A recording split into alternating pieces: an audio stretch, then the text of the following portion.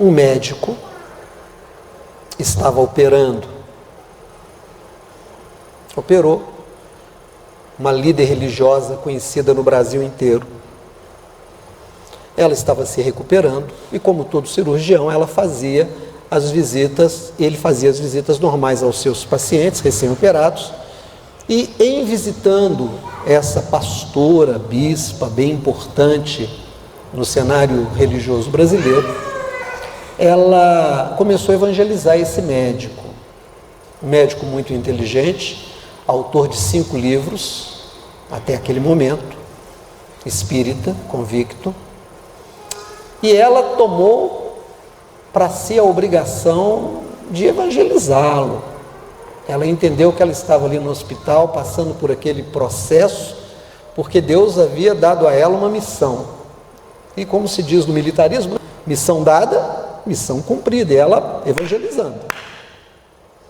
E de repente, ele fez uma pergunta para ela e diz: a senhora está me falando que o seu Deus é um Deus de amor, é um Deus de misericórdia, é um Deus que olha para o sofrimento.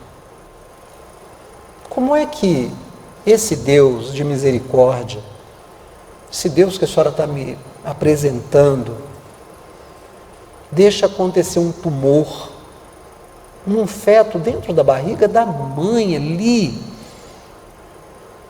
e esse feto vai ficar em dores durante a gestação? Hoje, eu como cirurgião, consigo operar esse feto,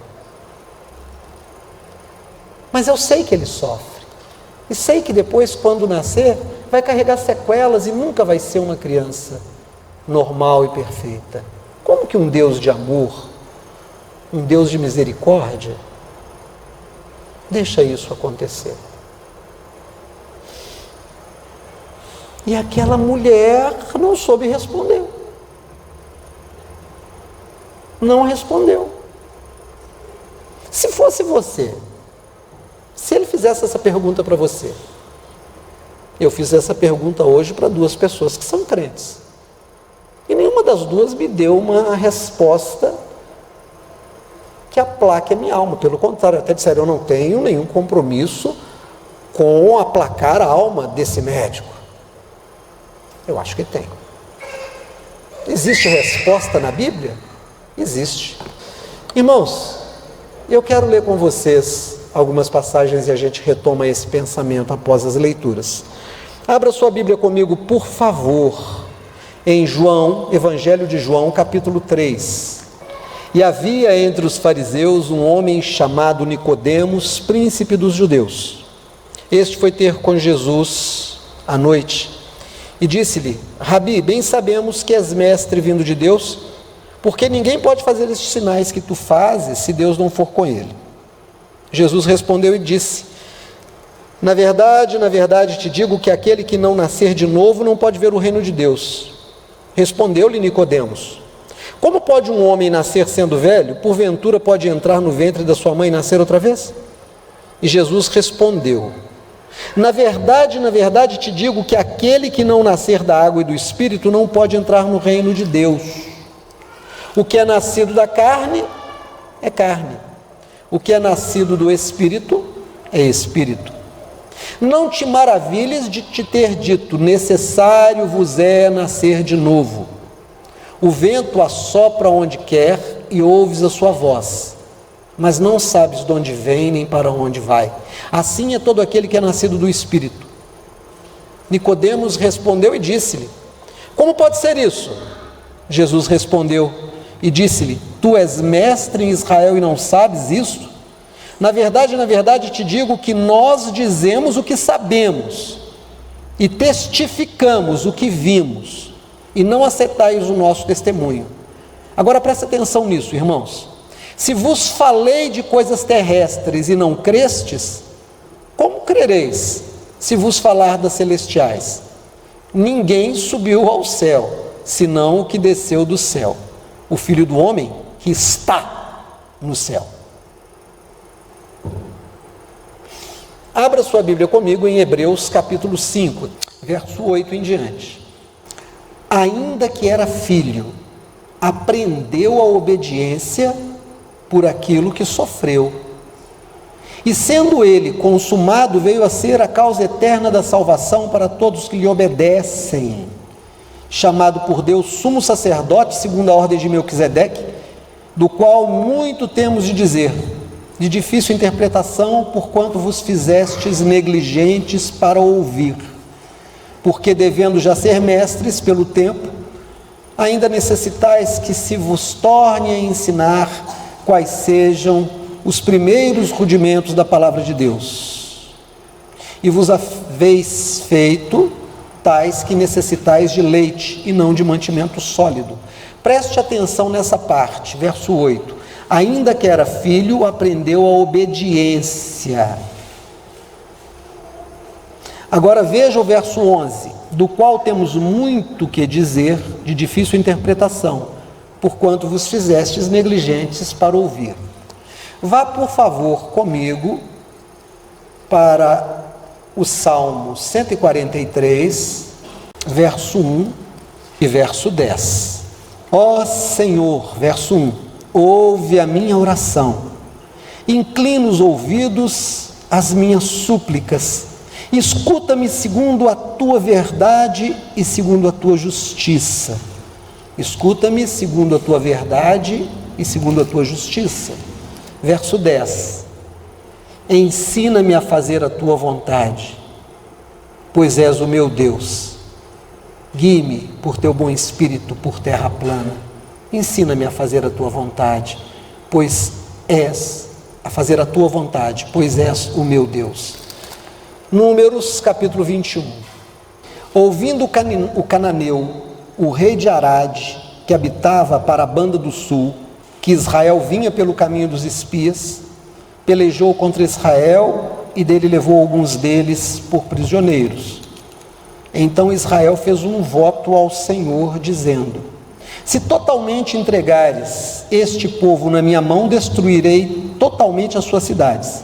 O Senhor, pois, ouviu a voz de Israel e entregou os cananeus, que foram destruídos totalmente, eles e as suas cidades. E o nome daquele lugar chamou Horma. Então partiram do monte Or, pelo caminho do Mar Vermelho, a rodear a terra de Edom. Porém a alma do povo angustiou-se neste caminho, e o povo falou contra Deus e contra Moisés: por que nos fizeste subir do Egito para que morrêssemos neste deserto? Pois aqui nem pão nem água há, e a nossa alma tem fastio deste pão tão barato. Então o Senhor mandou entre o povo serpentes ardentes que morderam o povo, e morreu muito povo de Israel. Pelo que o povo veio a Moisés e disse: havemos pecado, porquanto temos falado contra o Senhor e contra ti. Ora, ao Senhor que tire de nós estas serpentes. Então Moisés orou pelo povo. E disse o Senhor a Moisés: faze uma serpente ardente e põe-na sobre a haste, e será que viverá todo mordido que olhar para ela. E Moisés fez uma serpente de metal e colocou-a sobre a haste. E era que, mordendo alguma serpente alguém, este olhava para a serpente de metal e era curado. Amém. Obrigado, Senhor, pela tua palavra. Irmãos, eu propus uma história verdadeira que foi contada por esse médico numa palestra, e ele deixou essa líder evangélica, uma pastora, uma função de pastora, mas que se dá o nome de bispa, e ela não teve resposta. O que deixou esse médico ainda mais convicto daquilo que ele crê. E ele diz: os evangélicos não têm resposta para isso, nem para questões parecidas com essa. E na verdade, não tem mesmo. Não tem. Mas deveríamos ter. Deveríamos ter. Nós vimos aqui duas declarações. Uma de Jesus para Nicodemos: se eu te falo de coisas terrenas e você não consegue entender, como é que você vai entender de coisas celestiais? Nós vimos também o escritor de Hebreus dizendo ao povo que recebia a carta, e a todo aquele que lê, inclusive nós: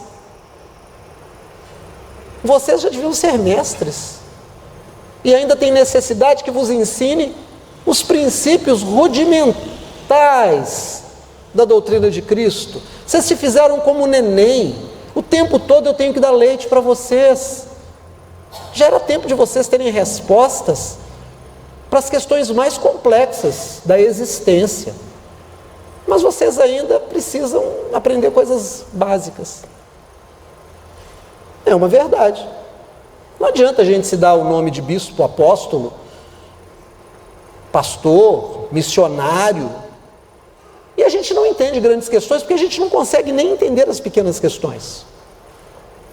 A gente não consegue. Por que que o pastor Ademir tem pregado tanto e falado tanto em obediência?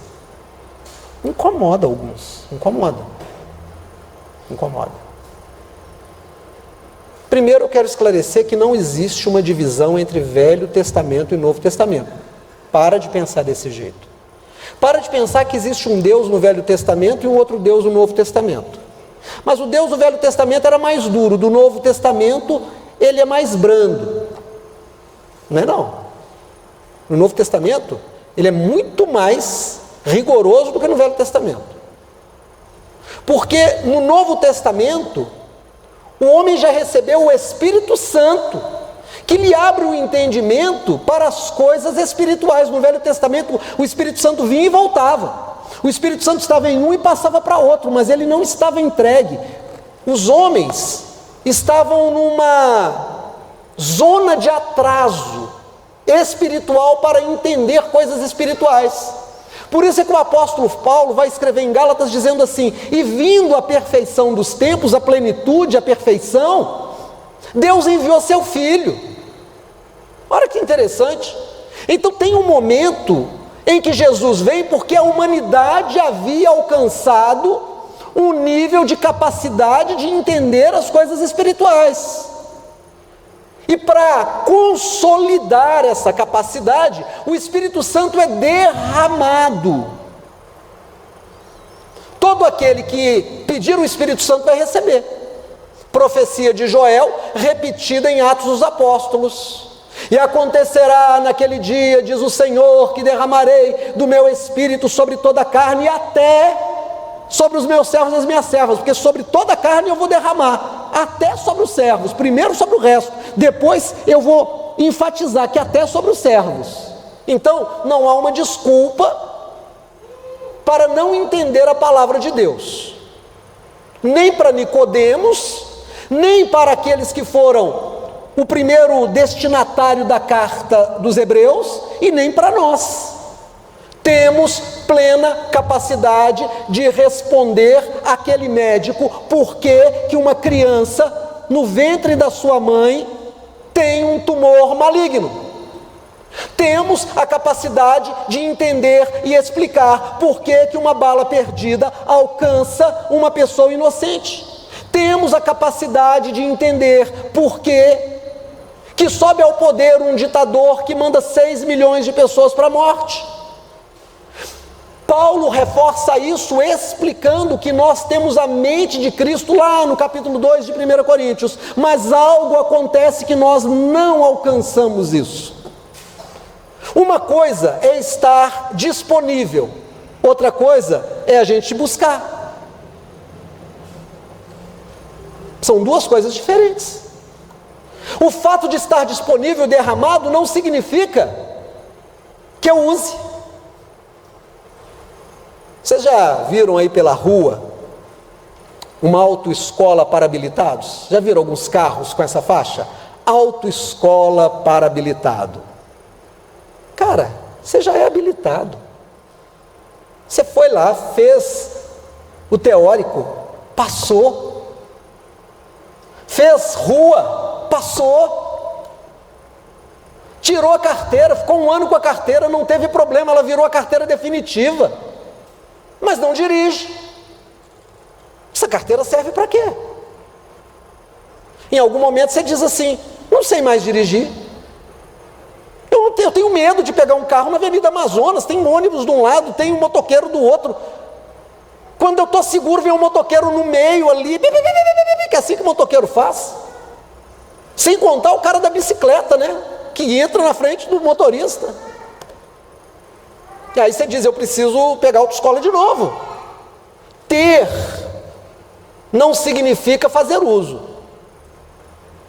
Ter recebido o Espírito Santo e a capacidade de entender as coisas espirituais não significa que nós buscamos isso, nós nos tornamos negligentes. O escritor de Hebreus diz assim: vós vos fizestes negligentes, vos haveis feitos negligentes.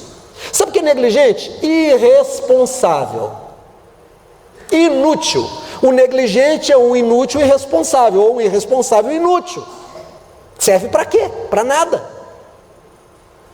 Então nós temos uma orientação do Senhor Jesus para sermos luz do mundo. A luz faz o quê? Clareia, ilumina, mostra o que está escondido, responde questões, propõe soluções, explica situações, pacifica. Mas nós não temos recebido isso. Ele tem dado e a gente não tem recebido. Bom, a grande questão é: por quê? E qual é a consequência disso? Por que nos tornamos negligentes? E quais são as consequências de nos tornarmos negligentes? A causa está numa coisa chamada desobediência. Desobediência. Simples assim. Minha sogra, eu já contei isso 1 milhão de vezes, mas eu vou contar mais um outro milhão enquanto eu ainda viver. Dona Rosa, minha sogra, mulher de Deus, amei e continuo amando, e um dia nós vamos nos encontrar, eu vou dar um abraço gostoso nela, e nós vamos falar das coisas de Jesus, porque ela é serva do Senhor, está com Cristo. Mas ela ficou doente, foi ao médico, o médico passou o tratamento, e Dona Rosa foi para casa. Depois de uns 3, 4 meses, eu não sei quanto tempo, ela volta a esse médico. O médico pega a ficha dela, né? Aquela senhora bonita, gostosa da gente conversar, e o médico já puxou o assunto: Dona Rosa, o que traz a senhora aqui de novo? O que a senhora tem? E ela falou: teimosia. Como é que é? Eu não obedeci o senhor, eu não tomei aqueles remédios que o senhor mandou, e eu estou aqui de volta com os mesmos sintomas, com os mesmos problemas. Dona Rosa, não adianta eu passar para a senhora o remédio, a senhora não tomar. Não adianta eu passar o tratamento, a senhora não fazer, tem que fazer. O que a senhora tem? Desobediência. Por que o pastor Ademir prega as mesmas coisas? Sempre. Porque nos tornamos desobedientes. Qual é a função do pastor? Se não zelar para que o crente, a ovelha, cresça. Gente, por que Deus nos promete bênçãos?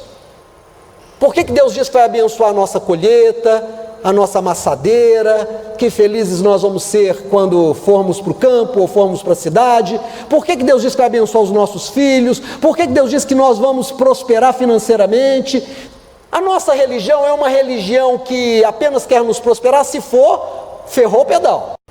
Na verdade, Deus está nos dando uma bolsa para que nós possamos pesquisar e alcançar os conhecimentos superiores.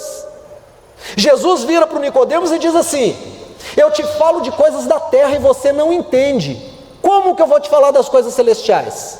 O escritor de Hebreus diz assim: vocês já deveriam ser mestres, saber de coisas que só os anjos sabem e talvez nem eles saibam, mas Deus quer que você saiba.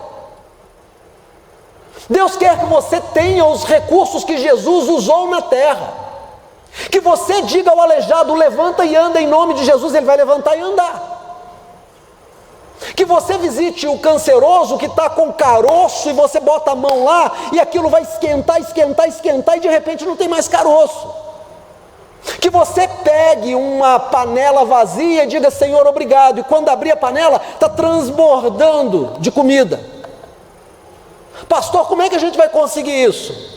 Com o entendimento, com a sabedoria do Espírito Santo.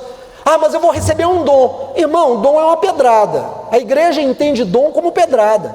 Eu estou andando e Deus me dá uma pedrada e eu já saio dali com um poder novo. Não é assim. Não é desse jeito, não é uma varinha de condão, uma pedrada mágica. É um entendimento que eu tenho da palavra, é a sabedoria que o Espírito me dá, e eu passo a entender os mecanismos celestiais, as condições espirituais para que as coisas aconteçam. Vamos imaginar que a Lília, essa moça bonita sentada aqui na frente, entrou numa máquina do tempo que a Beth, essa outra moça bonita aqui da frente, fabricou. E ela pega um conjunto tecnológico e leva para 500 anos atrás. E ela instala lá na casa dela uma célula fotoelétrica que ela passa a mão debaixo da torneira e a torneira solta água. Vocês já lavaram a mão assim no shopping, no posto de gasolina, que você passa a mão assim e a água sai? Só que alguém olha pela fresta e vê a Lília simplesmente passando a mão debaixo da torneira e aquela coisa metálica faz assim, sai água. O que essa pessoa vai dizer? Um milagre! Ela instala uma célula fotoelétrica, ela arruma uma bateria, ela consegue uma lâmpada, e quando a noite chega, está todo mundo acendendo lamparina e de repente um sol brilha na casa dela. Não, como dizia uma propaganda da Joana Prado, não é feitiçaria, é tecnologia. Irmãos, o que nós chamamos de milagre é conhecimento espiritual. São leis espirituais que são aplicadas. Simplesmente isso. Quando a gente fala, foi um milagre, a gente para aí. Mas o que está operando o milagre? O que é que está acontecendo? Quais são as leis que estão ali em execução para que o milagre aconteça? Estava eu pedalando, coisa rara de acontecer, lá pelo Cerrado, do lado de Três Marias. Parei num lugar com as águas lindas, uma cachoeirazinha, desce assim. Parei e sentei, fiquei olhando a água, e de repente eu vi uma aranha da água andando em cima da água. Ela anda em cima da água. E eu fiquei olhando. Eu olhava para a aranha não estava nem aí para mim, ela não olhava para mim. E a aranha ia e vinha. E o Espírito ministrou o meu coração, e eu me lembrei de que Jesus andou sobre as águas. E o Espírito me disse, são apenas leis espirituais, leis físicas, que vocês não conhecem. Por isso é que Jesus disse que todo aquele que crê nos ensinamentos e os pratica, vai fazer sinais maiores do que aqueles que ele fez. Deus tem conhecimentos para nós. Deus não quer que o conhecimento da Bíblia seja que você fique rico simplesmente. Ele quer que você tenha o conforto de ter a riqueza, para que você possa se dedicar à busca do conhecimento dele e encher a terra do conhecimento de Deus, como as águas cobrem o mar. Deus nos dá uma bolsa. Quênia, vou te dar uma situação financeira tão boa, que você vai poder viver para falar do Evangelho, mas desse Evangelho, você vai saber que Deus pode tudo, porque todas as coisas estão debaixo da lei de Deus, da lei. Mas nós não alcançamos isso, nós paramos no milagre. Deus vai operar um milagre, Deus vai operar um milagre, a gente não sabe como, não sabe de onde vem, é como o vento.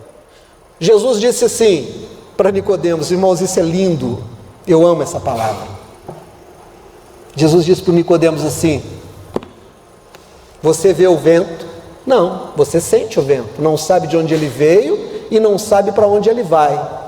É verdade, o Nicodemos não sabia, mas eu sei. Eu sei porque nós temos um recurso tecnológico, nós temos satélites na estratosfera, no espaço, nós temos computadores, nós mapeamos o movimento do ar, Nós vemos os furacões se formando, nós sabemos a velocidade, nós conseguimos perceber onde ele vai passar, sabemos a força que ele vai ter. Hoje, em 2001, nós sabemos de onde o vento vem e para onde o vento vai, coisa que o Nicodemos não sabia. Por que que hoje nós sabemos? Porque Deus nos entregou conhecimento, Deus nos deu sabedoria. Deus quer nos dar o conhecimento da cura do câncer, Deus quer nos dar o conhecimento de multiplicar a comida sem agredir a terra, Deus quer nos dar o conhecimento de mudar, de pacificar a terra, sem que seja preciso construir presídios. Deus tem tanta coisa para nos dar. O que é que impede que a gente receba? Desobediência. E aí nós fomos para o Salmo 143, verso 1. Pega lá o Salmo 143, verso 1. Eu quero trabalhar o 10, mas eu quero me lembrar do 1. Ó Senhor, ouve a minha oração, inclina os ouvidos às minhas súplicas, escuta-me segundo a tua verdade e segundo a tua justiça. Irmão, esse homem está numa situação de angústia, esse homem está numa situação de aperto, e ele diz: Deus me ouve, Deus tem misericórdia, Deus me escuta, Deus me socorre.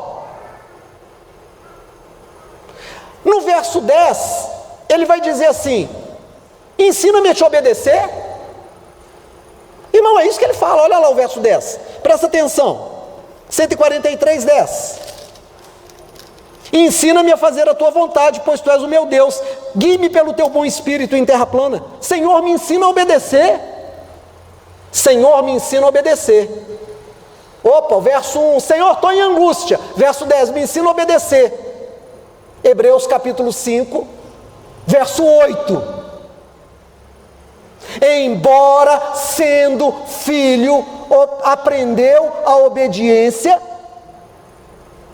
pelas coisas que passou. Jesus, sendo filho, aprendeu a obediência pelas dificuldades que passou. O verso 1 do Salmo 143 é um homem em obediência? Não, é um homem em aperto. E aí ele clama a Deus. Irmãos, quando a gente passa aperto, quem já passou aperto aqui e teve que pedir milagre? Lembra das promessas que eles fizeram quando estava no aperto? O aperto te fez aprender a obedecer a Deus. Senhor, se o Senhor curar o meu filho, e eu fiz essa oração quando o Mateus estava doente. Se o Senhor curar a minha filha, eu fiz essa oração quando a minha filha estava doente. Eu vou te obedecer, eu não vou negar nada. Senhor, tem misericórdia de mim. Senhor, eu não vou mais me preocupar de onde virá o meu pão, eu vou ser fiel ao Senhor. Se o Senhor me curar, se o Senhor me restaurar. No aperto a gente tem uma experiência com Deus e clama, e a gente faz promessa, a gente faz voto. A gente faz. Irmãos, eu sempre soube desde os 7 anos de idade que o meu caminho passava por andar com Deus e fazer a obra dele. Eu era católico, minha família é católica.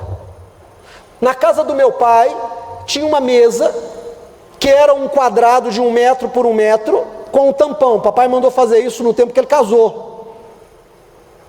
Tinha uma portinha com uma chave. Você pode imaginar para um menino de 7 anos o que é uma portinha fechada? Hein? Que tesouros teria ali dentro? Que coisas teria ali? E um dia algo maravilhoso aconteceu.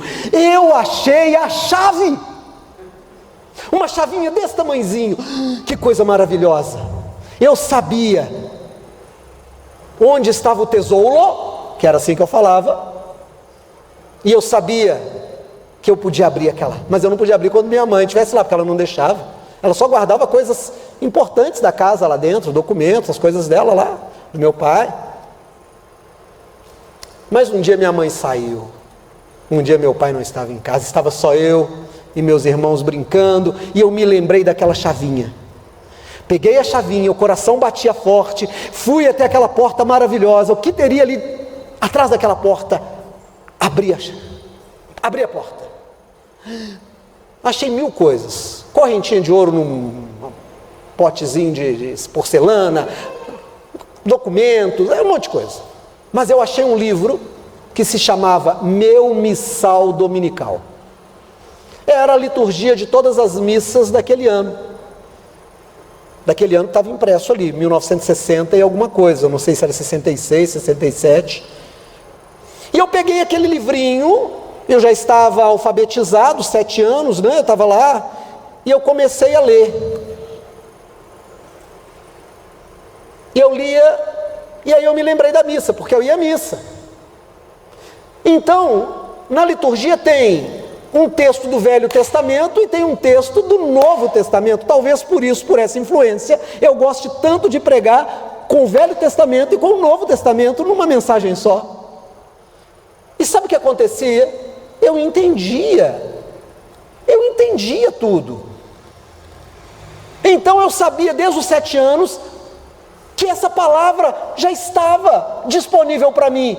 E derramarei do meu espírito sobre toda a carne. Eu lia e o espírito ministrava ao meu coração. Ao menino de 7 anos a palavra eu entendia. Muitas coisas aconteceram e me tornei pastor.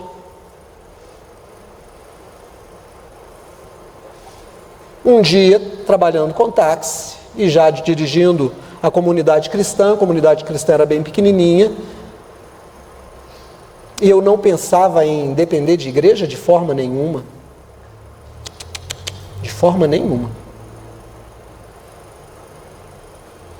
E Deus me pressionou para que eu viesse para o ministério de tempo integral. Aí eu chamei Deus e disse: Deus, tem uma coisa então, eu vou, mas só sabe que eu tenho um compromisso.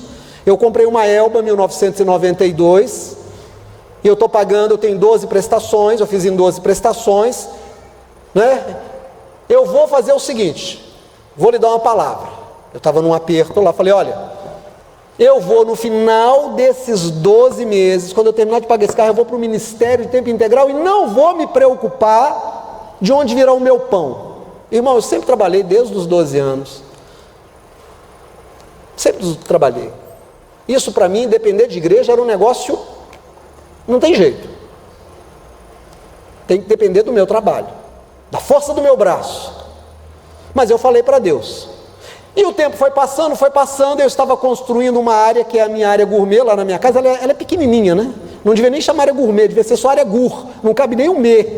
Mas estou eu lá esticando a linha, colocando a massa, né? Fazendo o serviço de pedreiro, levantava, ela tijolo à vista, levantava, eu já vinha limpando ali a galga. E eu pensei comigo assim: não, falta só 3 meses, eu vou fazer uma moratória com Deus, eu vou renegociar essa conta com Deus, eu vou pedir a Deus mais uns 2 anos. Irmãos, pensei isso desse jeito. Terminei de trabalhar, peguei o carro, vim para Belo Horizonte, eu morava em Santa Luzia, peguei o táxi e fui trabalhar. Meu pai era taxista, eu era o auxiliar de condutor nessa ocasião, fui trabalhar. Quando deu um tempo, último mês, eu cheguei em casa de madrugada, Simone estava dormindo, os meninos dormindo, pus o carro na garagem, fui para o meu quarto, troquei de roupa, um frio do cão, deitei, e eu não sei se eu sonhei ou se eu tive uma visão, eu não sei. Eu me vi num lugar cinza claro, que não tinha horizonte. Eu estava num lugar que tinha piso e tinha um portal, mas era tudo cinza, mais ou menos na cor daquela parte do azulejo ali, ó. Mas era um cinza brilhante e não tinha limites, para qualquer lado que você olhasse, era isso que você via. E eu ouvia um choro de mulheres chorando, mulheres chorando, mulheres chorando. E havia esse portal, eu entrei pelo portal e tinha uma espécie de uma mesa e um cara sentado, e eu perguntei para ele: que choro é esse? E ele disse: você não sabe? Eu disse: não. Ele disse: são as nossas mulheres que estão chorando porque nós morremos. Eu tomei um susto, então eu estou morto. E eu fiz meia volta e passei de novo por aquele portal, aquele umbral. E eu olhei para frente, era tudo cinza, não tinha limites. E eu disse: Deus,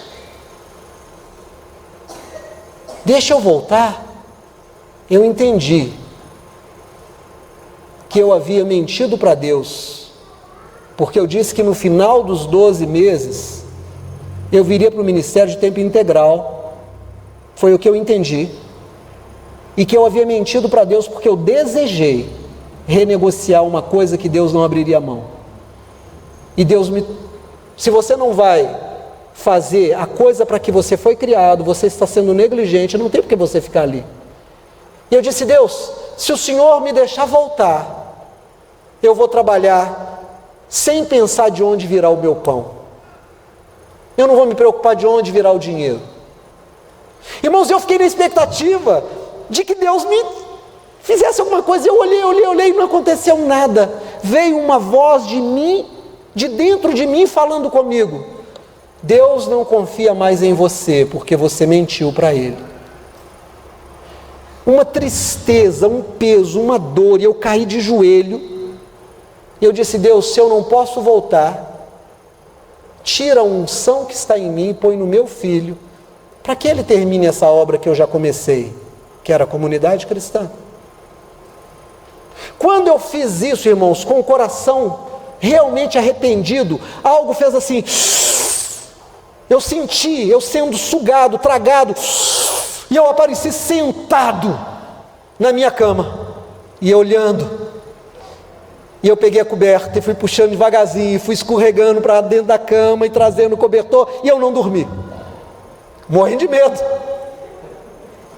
Simone levantou e eu lá fingindo que estava dormindo, ela foi para a cozinha, ela é muito carinhosa, muito caprichosa, sempre foi lá fazer o café, e aí eu levanto e sento para tomar café e contei para ela o sonho rindo, como quem não estava dando a menor, doido para saber o que ela achava.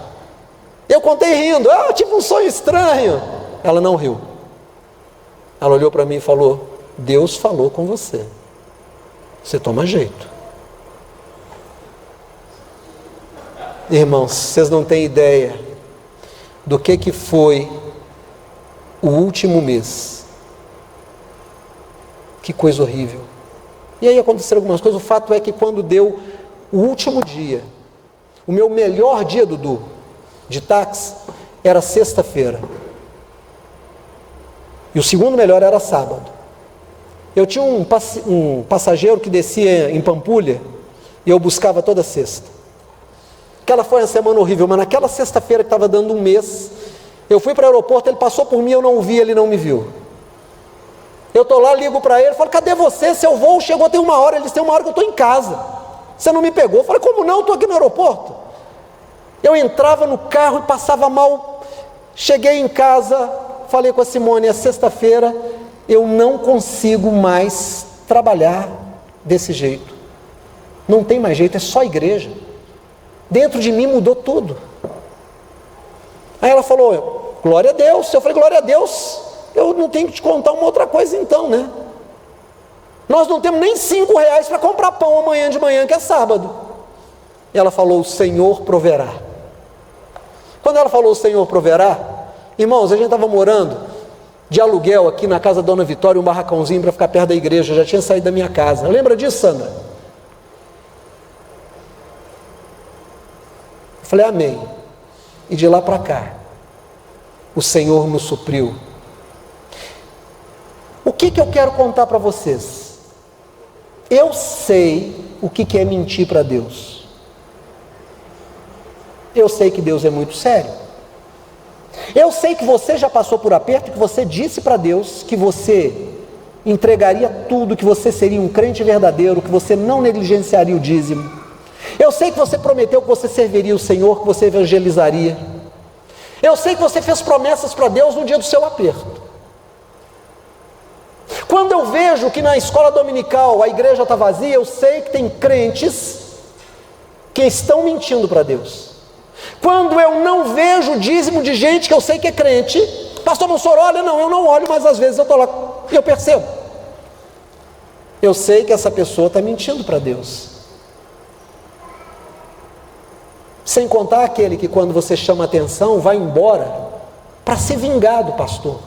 Eu vou para aquela igreja ali embaixo, vou para aquela igreja ali em cima. Não é porque, Deus falou para eu sair, mentira, é porque eu chamei a sua atenção. Chamei a sua atenção porque você mexeu no celular do seu marido, está errado. Você mexeu no celular da sua mulher, está errado. É crime tipificado no Código Penal, invasão de privacidade. É crime, tem nome e número no Código Penal. Mas eu peguei só para descobrir. Eu fiquei com raiva dela, dei nela um tiro. Eu estava sem dinheiro, abri a carteira dela lá e tirei o dinheiro. É a mesma coisa. Chama roubo, chama assassinato. Tem número e nome no Código Penal. Aí eu chamo a atenção, sabe o que a pessoa faz? Primeiro fecha a cara, fica com aquela cara de glúteos, e depois vai embora. E diz, Deus falou comigo. Só que ela vira para o irmão da igreja aqui e fala, pastor vai ver. Vingança. Por isso eu tenho falado, a vingança pertence ao Senhor. O 7º dia pertence ao Senhor, todo dia pertence ao Senhor. Mas se eu for de noite está bom, se eu for de manhã, você está dizendo que está bom, Deus disse que não, Deus disse que é o 7º dia. Sabe por que você ainda não tem um entendimento de como curar o câncer? Porque você não consegue dar a Deus o 7º dia. Sabe por que você ainda não recebeu a bolsa integral? Porque você não consegue ser dizimista. Sabe o que Deus fez comigo? Me colocou para morar num barracãozinho que eu punha a mão na telha de amianto no calor do cão. A igreja desse tamanhozinho. Naquela ocasião eu era o maior dizimista da igreja, trabalhando com táxi. Eu ia fazer compra, comprava um Palmolive. Eu falava com a Simone, nós temos 12 ovos na geladeira, faz a conta, tem quantos lá? Tem 6, eu vou comprar 6. Tem 9, eu vou comprar 3. Não dava para comprar mais do que isso. Nunca faltou nada, irmãos, nunca. E a alegria do Espírito foi só enchendo o meu coração. Deus me sustentou, a bolsa que Ele me deu, me sustentou. Como que Deus vai te falar verdades espirituais, se você não consegue trabalhar com as coisas terrenas? E aí nós lemos um outro texto, Números 21, o povo de Deus tem um inimigo para vencer, o rei daquela cidade que eles têm que passar, mandou os espias voltaram e disse, Israel está chegando aí, o rei disse, tem problema nenhum, levanta o nosso exército, arma armadilhas no deserto, nós vamos acabar com esse povo. O povo de Israel ficou sabendo, clamaram ao Senhor e fizeram um voto, se o Senhor nos livrar, nós vamos destruir aquelas cidades, vamos depender só do Senhor, porque nós vamos saber que o Senhor é quem nos liberta, nos cura, nos sustenta. Irmão, quando a gente está no aperto, quando o Mateus estava doente, quando a Amanda estava quase morrendo, quantos votos ao Senhor? Quem é que já fez voto ao Senhor quando estava desempregado, sem dinheiro, sem recurso, precisando pagar conta e precisava de um milagre? E falou, Deus, eu vou ser fiel. Quem já fez esse voto? E você é? Aí o povo de Deus vive o milagre. Passa o milagre e eles continuam caminhando.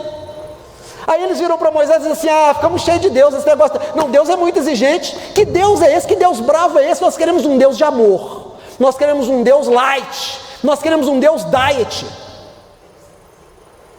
Não, nesse negócio, Moisés, você fica sempre falando que a lei do Senhor, ai que homem chato, esse negócio de mandamento, de lei.